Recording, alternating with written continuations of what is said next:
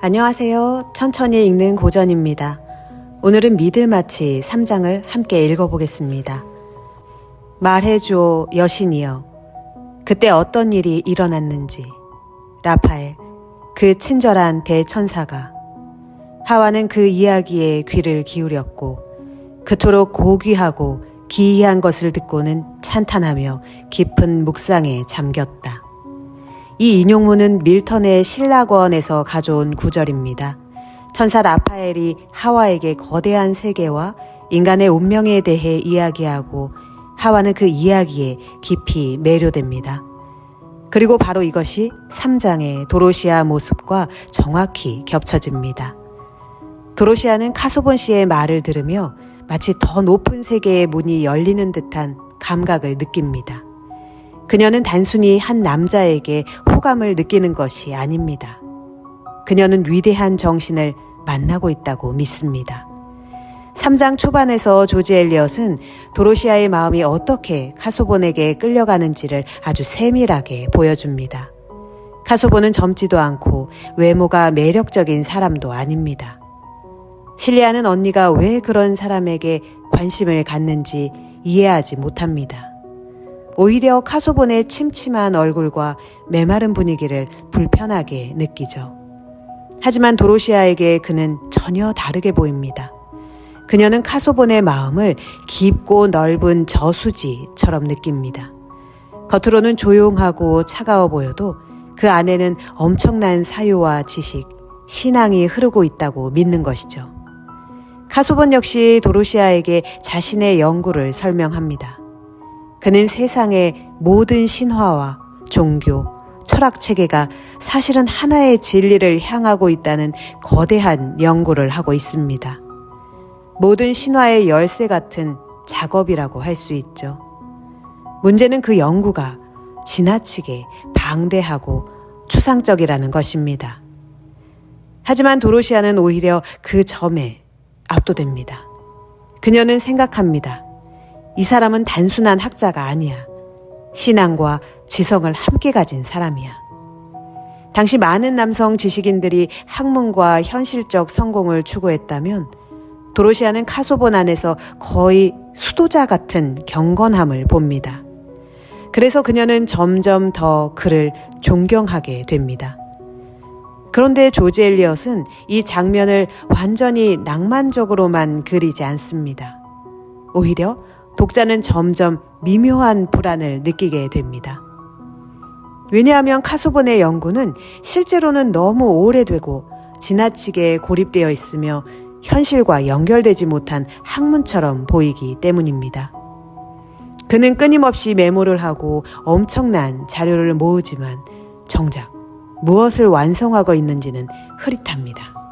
하지만 도로시아는 아직 그것을 보지 못합니다.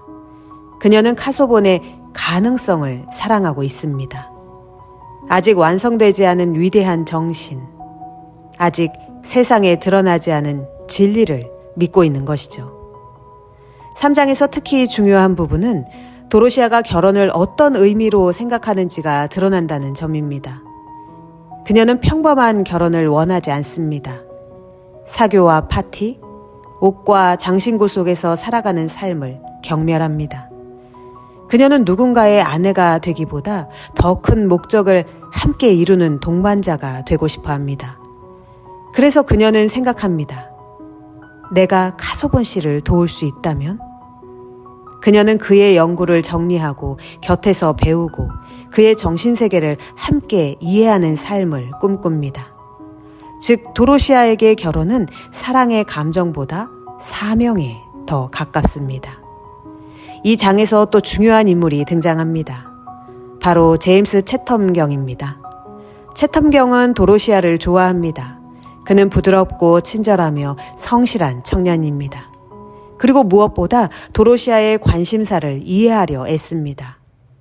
도로시아가 가난한 사람들을 위한 집 이야기를 하자 채텀경은 실제로 오두막 설계도를 가져와 함께 고민합니다. 그는 현실적으로 행동합니다. 반면 카소본은 그런 문제에 큰 관심을 보이지 않습니다. 그에게 중요한 것은 사상과 연구입니다. 여기서 조지 엘리엇은 두 종류의 남성을 대비시킵니다. 현실 속에서 누군가를 도우려는 사람과 거대한 정신세계 속에 살아가는 사람. 하지만 도로시아는 후자를 선택합니다. 왜냐하면 그녀는 아직 위대한 정신에 대한 환상 속에 있기 때문입니다. 실리아는 언니를 훨씬 현실적으로 바라봅니다. 그녀는 도로시아가 지나치게 이상적이라고 느낍니다. 그리고 카소본 같은 사람과 결혼하면 행복하기 어려울 거라 본능적으로 감지합니다. 하지만 도로시아는 오히려 자기 이상을 이해하지 못하는 세상을 답답해합니다. 그녀는 생각합니다. 왜 사람들은 더 높은 삶을 원하지 않을까? 이 질문은 도로시아를 아름답게 만들면서도 동시에 위험하게 만듭니다. 왜냐하면 그녀는 사람 자체보다 자신이 꿈꾸는 이상을 더 사랑하기 시작하기 때문입니다. 3장 후반으로 갈수록 도로시아는 점점 카소본과의 정신적 연결을 확신하게 됩니다. 카소본이 자신의 감정을 절제하며 말할수록 도로시아는 오히려 그 안에서 더 깊은 진실성을 느낍니다. 그녀는 그의 침묵을 지혜로 해석하고 그의 무뚝뚝함을 경건함으로 받아들입니다. 그리고 독자는 여기서 중요한 사실을 보게 됩니다. 사랑은 때때로 상대 그 자체보다 내가 그 사람에게 부여한 의미를 사랑하는 일이 된다는 것을요. 한편 채텀경은 계속 도로시아 곁을 맴돕니다. 그는 그녀를 기쁘게 해주고 싶어하고 그녀가 말하는 이상을 현실 속에서 실현하려 애씁니다. 하지만 도로시아는 그것을 충분히 보지 못합니다. 왜냐하면 채텀경은 너무 현실적이기 때문입니다. 그녀는 현실보다 정신적 숭고함에 더 끌립니다. 그리고 바로 이 지점에서 미들마치 전체를 관통하는 주제가 시작됩니다. 우리는 정말 상대를 있는 그대로 사랑하는 걸까? 아니면 내가 꿈꾸는 이상을 그 사람 위에 더 씌우고 있는 걸까?